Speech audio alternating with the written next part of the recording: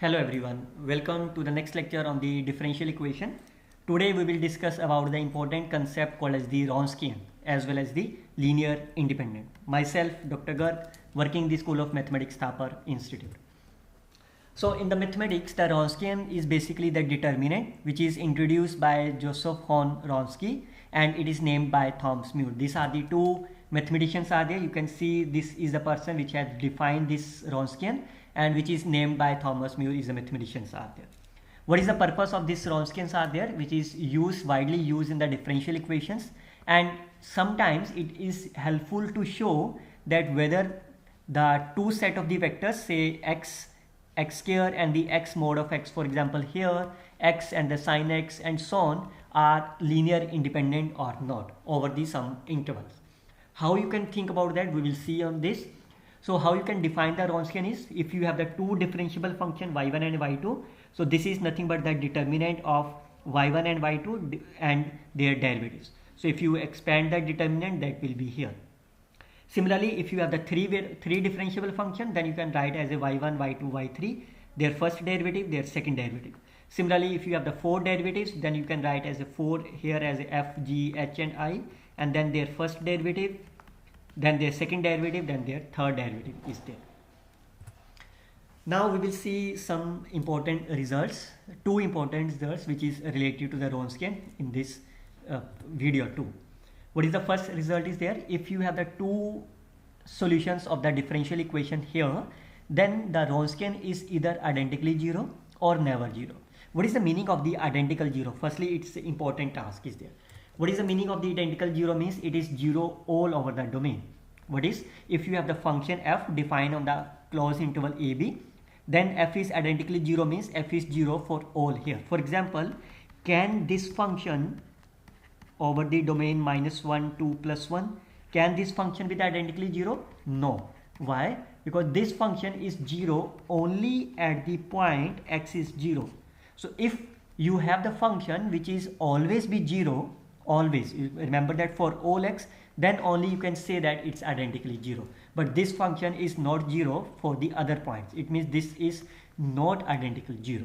So this theorem says also it's the same thing. Either this is identically 0 means Wronskian is 0 for all x, or you can say the Wronskian is non-zero for all of the x. So how you can prove that? That's a very simple. What is given to you? y1 and y2 are the solutions of this. It means this satisfied here. Now you have to define the Wronskians. So if you have the two solutions y1 and y2, how you define the Wronskian of this function? This is here. Now how you can define that whether it is identically 0 or not? So your target is to check whether it is identically 0 or not.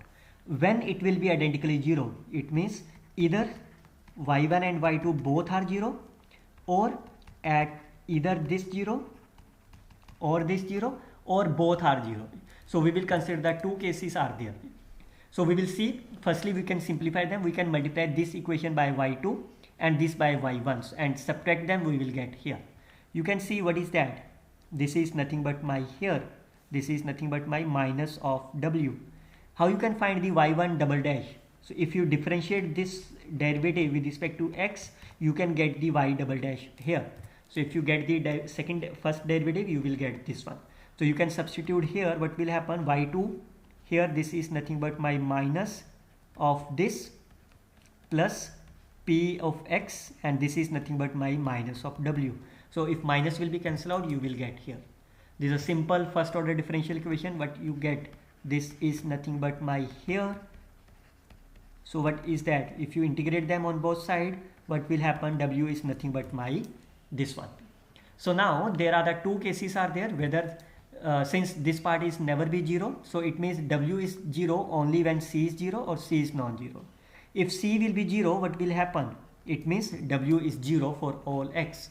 What is that? W is 0 for all x. What is the meaning of that? This means this is identically 0. If c is non-zero, what is the meaning of that? W is can't be 0. It means this is never 0. So that's the proof of this result 1. Look about the proof of the second are there. So if again you have the two solutions are there, and these two solutions are the linearly dependent if and only if Wronskian is identically 0. What is the meaning of that? If y1 and y2 are the LD, if and only if Wronskian is 0 for all the x are there. Again, very simple proof are there. We can firstly assume they are linear independent.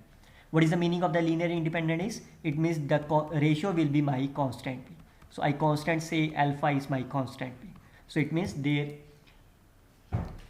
there is a constant here. We will try to solve them. So our target is to prove this is a Wronskian is 0. By the definition, Wronskian is here. So we will consider the two cases, either of them is 0 or neither of them is a 0. So what will happen if either of them is 0? So I assume say y1 is 0. What will happen if y1 is 0 for all x, because it's identically 0? You can substitute the value here. What is that? This is 0 times here minus what is the derivative of 0 is 0. So what is the answer is my 0.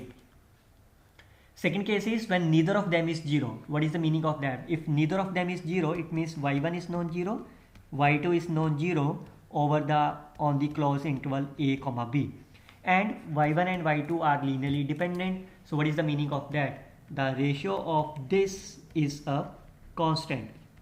So I can consider this constant as a alpha. It means there exists a non-zero constant alpha is here. You can substitute the value here. What will happen? This is nothing but my alpha y1 dash minus y2 is nothing but alpha y1 of y1 dash. You can see that is a 0 again. So what is the meaning of that? Is either if you assume that this is that, so this is 0 for all the x belongs to the AB. What is the meaning of that? This is identically 0 in both the case. Look at the second case are there. Conversely, we assume that this is identically 0 and prove that they are linearly dependent. We can start from them again. There are the two cases. If we assume either of them is 0, what will happen? If you assume y1 is 0, can you write this if you multiply both? Since y2 either of them is 0, so I assume y1 is 0, y2 is non-zero. So what is the meaning of that? This is nothing but here, since y2 is non-zero, I can multiply this term as a non-zero quantity. So what is the meaning of that? These are linearly dependent. On the second case, when neither of them will be a 0, so but Wronskian is given to be 0, it means here.